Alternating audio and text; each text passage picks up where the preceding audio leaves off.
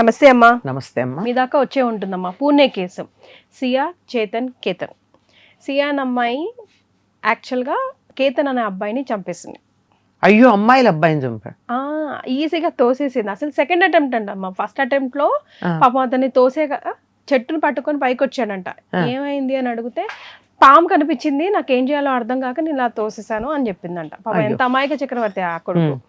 మళ్ళీ second time మొత్తానికి ఆమె చేతుల్లో దొరికిపోయాడు, చనిపోయాడు. అయితే అందరు కూడా ఫోటో దిగడానికి ఆ హిల్ స్టేషన్ అక్కడికి వెళ్ళారేమో, నిజంగా స్లిప్ అయిపోయాడు అని అలాగే డ్రామా క్రియేట్ చేసింది తను. దానికి అందరూ కూడా ఓకే అనుకున్నారు. బట్ మళ్ళీ ఎందుకో డౌట్ వచ్చి మళ్ళీ అసలు ఏం జరిగింది అంతా రిక్కీ చేస్తే అప్పుడు సీసీ కెమెరా ఫుటేజ్ ఆధారంగా షీ విల్ బీ లైక్ యాక్చువల్గా వీళ్ళిద్దరు, తన బాయ్ ఫ్రెండ్ చేతన్, ఇతను ఈ అమ్మాయి సియా అనే అమ్మాయి చేసిన ఇదంతా డ్రామా అని తెలుసుకున్నారు. ఎంత బాధాకరమైన విషయం. ఇంతకేంటంటే బట్టతల ఉందంట అమ్మా పెళ్లి కొడుకుకి. బట్టతల ఉందని చంపేసి బాయ్ ఫ్రెండ్ పెళ్లి చేసుకోవాలనుకుంది. అంటే బట్టతల లేకపోతే బాయ్ ఫ్రెండ్ వదిలేతని చేసుకునేదా? అదే కదా. అదా అంటే బట్టతల ఒక కారణమా? కారణం కాదు. బట్టతలని ఇక్కడ ఒక ఏమంటారంటే వంక పెట్టడం అంటారే, పెట్టుండొచ్చు. మనకి ఇందులో వాస్తవాలు తెలియవు. ఇప్పుడు మీరు చెప్పిన స్టోరీ గనక నిజం అయ్యి ఉంటే, అవునో కాదో మనకి తెలియదు. అసలు చెప్పేవన్నీ రకరకాల. మనకు వచ్చే ఇప్పటి వరకు వచ్చిన ఇన్ఫర్మేషన్ ప్రకారం మీరు చెప్తున్నారు. మళ్ళీ దీంట్లో ఎన్నో రకాల మలుపులు, మెలికలు, వంకలు, వంపులు ఉంటాయి.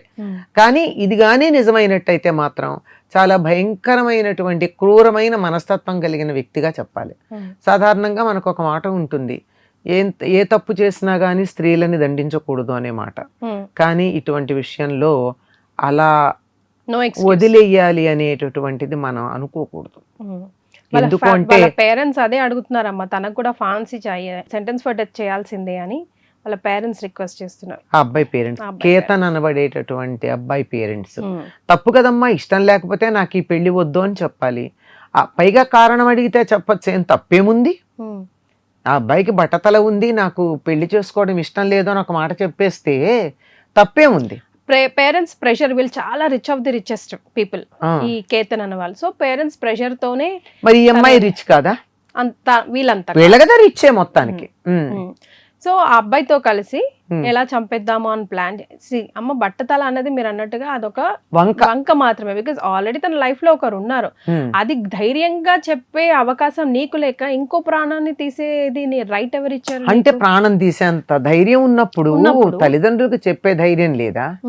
లేదా ఇప్పుడేదో ఈ తర్వాత ఏం జరుగుతుందో అంత మాత్రం తెలియదా? మరే ఇది ఎప్పుడప్పుడు బయటపడదా?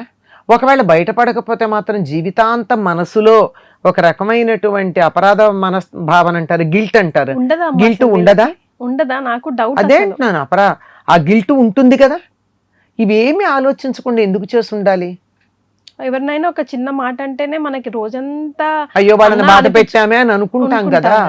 అంత ఇదైనప్పుడు ఇది ఎలా చేసి ఉండాలి అంటే, ఇప్పుడు కలియుగంలో రాక్షసులు మానవుల మధ్య ఉంటున్నారు, ఒకే కుటుంబంలో రాక్షసులు మానవులు కలిసి పుడుతున్నారు అని చెప్తున్నారే. అట్లాంటి రాక్షసాంశతో జన్మించినటువంటి వ్యక్తి అయితే అయ్యి ఉండాలి. మీరు చెప్పిన కథ మాత్రం నిజమైతే. ఇప్పుడు ఎప్పుడూ కూడా మనకి బయటకు వచ్చేవి అనేక రకాలైనటువంటి రంగులతో బయటకు వస్తాయి అసలు సత్యం కన్నా. ఆ సత్యానికి అనేక రంగులు పొలవబడి బయటకు వస్తాయి.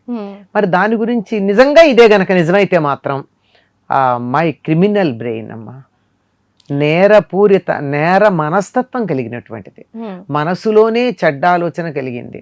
లోకంలో రెండు రకాలు ఉంటారు, దుర్బుద్ధులు, దుర్మార్గులు అనే.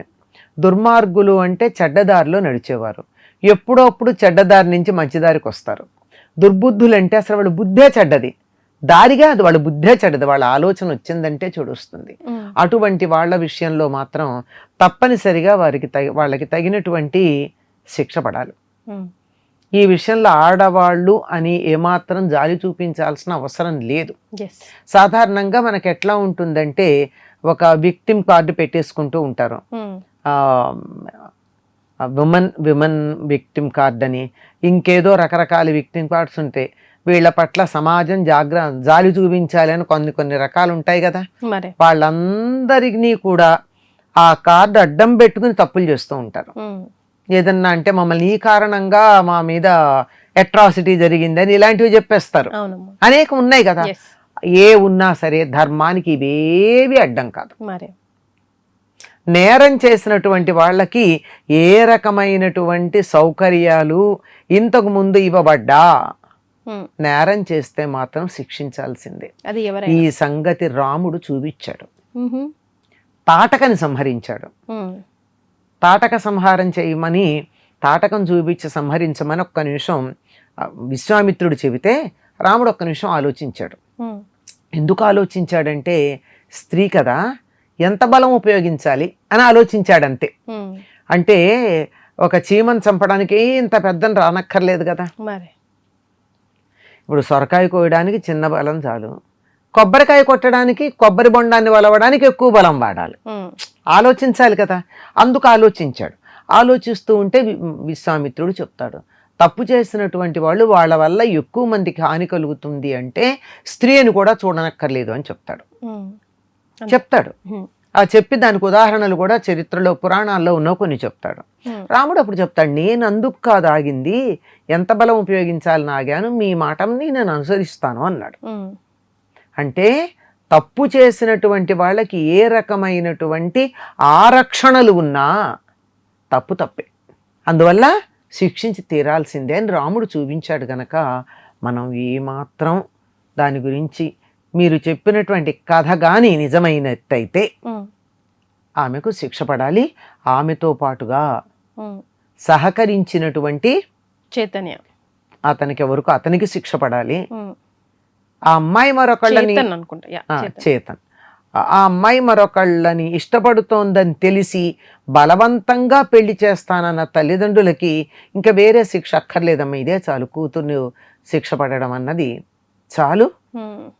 కూతురు శిక్షించబడితే మేం చేసిన తప్పు వల్ల నా కూతురు ఏదో ఒక శిక్ష వేస్తారు కదా, ఈ శిక్ష అనుభవిస్తోంది, మేము బలవంతం చేయడం వల్ల జరిగింది అనేటటువంటి మానసిక వేదన పడేవాళ్ళైతే చాలు. కొంతమంది అది కూడా పడరు.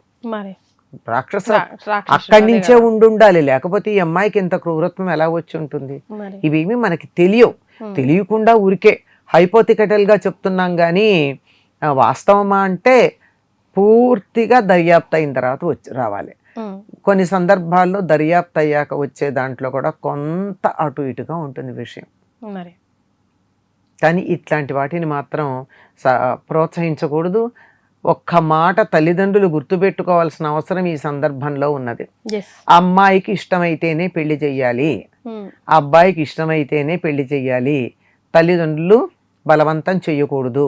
ఇదేమి 8 ఏళ్లకో 10 ఏళ్లకో చేసే పెళ్లి కాదు, 20 ఏళ్ళు దాటిన తర్వాత పిల్లలకి చేసే పెళ్లి. అప్పటికి వాళ్ళకి ఇష్టానిష్టాలు ఉంటాయి, వ్యక్తిత్వం ఏర్పడుతుంది, ప్రత్యేకమైనటువంటి అభిప్రాయాలు ఉంటాయి. ఆ అభిప్రాయాల్ని గౌరవించటం నేర్చుకోవాల్సిన అవసరం పెద్దవాళ్ళకు ఉన్నది. ఇది పెద్దవాళ్ళు. పిల్లలు కూడా చంపడానికున్న ధైర్యం తల్లిదండ్రులకు చెప్పడానికి లేదా? ఆ పారిపోయేదేదో పెళ్లి కాకుండా అతన్ని చంపకుండా పారిపోవచ్చు కదా. కొంత డబ్బు తీసుకున్న తన దగ్గర రిసార్ట్కి వెళ్ళిందని చెప్పారు కదా, హిల్ స్టేషన్ కి వెళ్ళి అక్కడ దిగుదామని చెప్పి, అది ఆ తీసుకున్న డబ్బుతో ఈ ప్రియుడు తను పారిపోవచ్చుగా. అదే ప్లాన్ చేశారమ్మా. కానీ చంపకుండా వెళ్ళొచ్చు కదా, నేననేది చంపకుండా వెళ్ళొచ్చు కదా. అంటే క్రూరత్వం మనసులో ఎంతగా పేరుకుపోయిందో ఆలోచించాలి. తర్వాత మరొకటి ఏమిటంటే, ఎవరైనా తప్పు చేయబోయే ముందు పట్టుబడతామన్న సంగతిని గుర్తుంచుకుని చెయ్యాలి. చట్టానికి పట్టుబడతాం, తర్వాత ధర్మానికి పట్టుబడతాం, ఆ పైన దైవం వేసేటటువంటి శిక్షకు కూడా మనం సిద్ధంగా ఉండాలి అన్న సంగతిని గుర్తుపెట్టుకోవాలి. దీనికి ప్రధానంగా చేయాల్సింది ఏమిటంటే, తల్లిదండ్రులు కొంచెం పిల్లల్ని జాగ్రత్తగా పెంచాల్సిందే. ఇప్పుడు వాళ్ళకి ధర్మము, సత్యము మొదలైనటువంటి నైతిక విలువలు నేర్పాలి. వాళ్ళకు ఉంటాయి కదమ్మా. ఇప్పుడు ఈ కేసులో నేను అన్నా పెద్దలు అనే మాట, అందుకే అన్నా పెద్దలు అనే మాట ముందు ఉపయోగించి పిల్లలకి నేర్పాలన్నా. నేను అబద్ధం ఆడుతూ పిల్లల్ని నిజం చెప్పమంటే చెప్తారా? చెప్పరు కదా. కనుక మనం ఎట్లా ఉన్నామో మన పిల్లలు అట్లా ఉంటారు. ఆ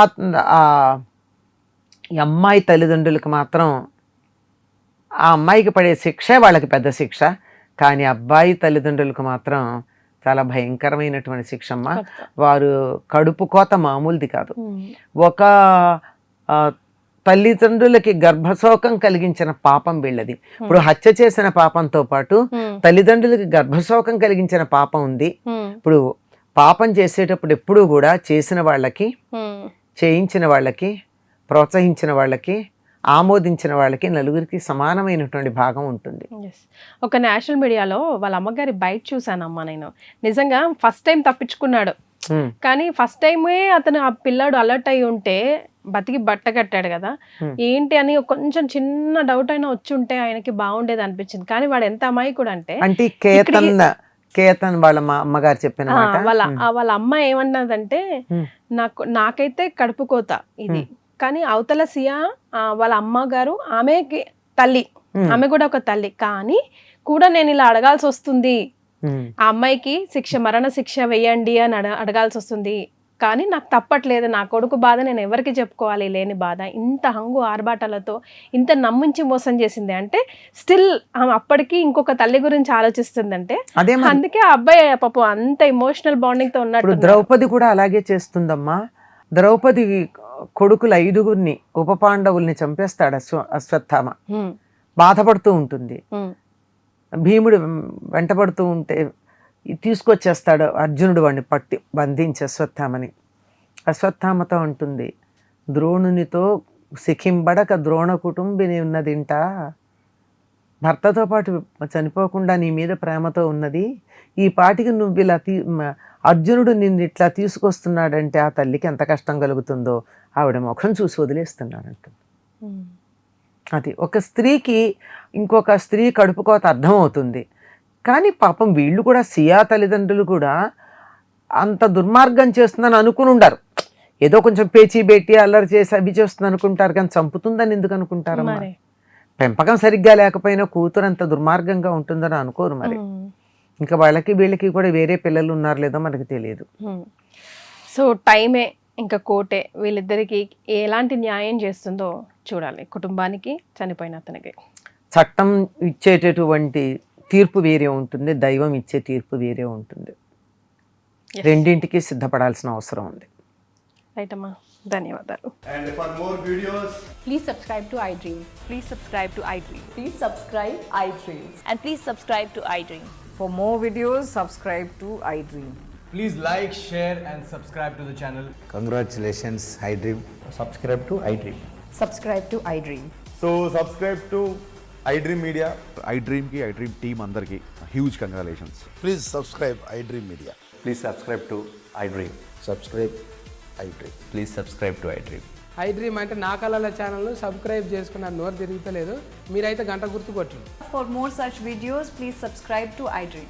Subscribe to iDream. Please subscribe to iDream. Please subscribe iDream Media. Please do subscribe to iDream. Please subscribe to iDream Media. For best entertainment and information, please subscribe iDream. And don't forget to subscribe to iDream.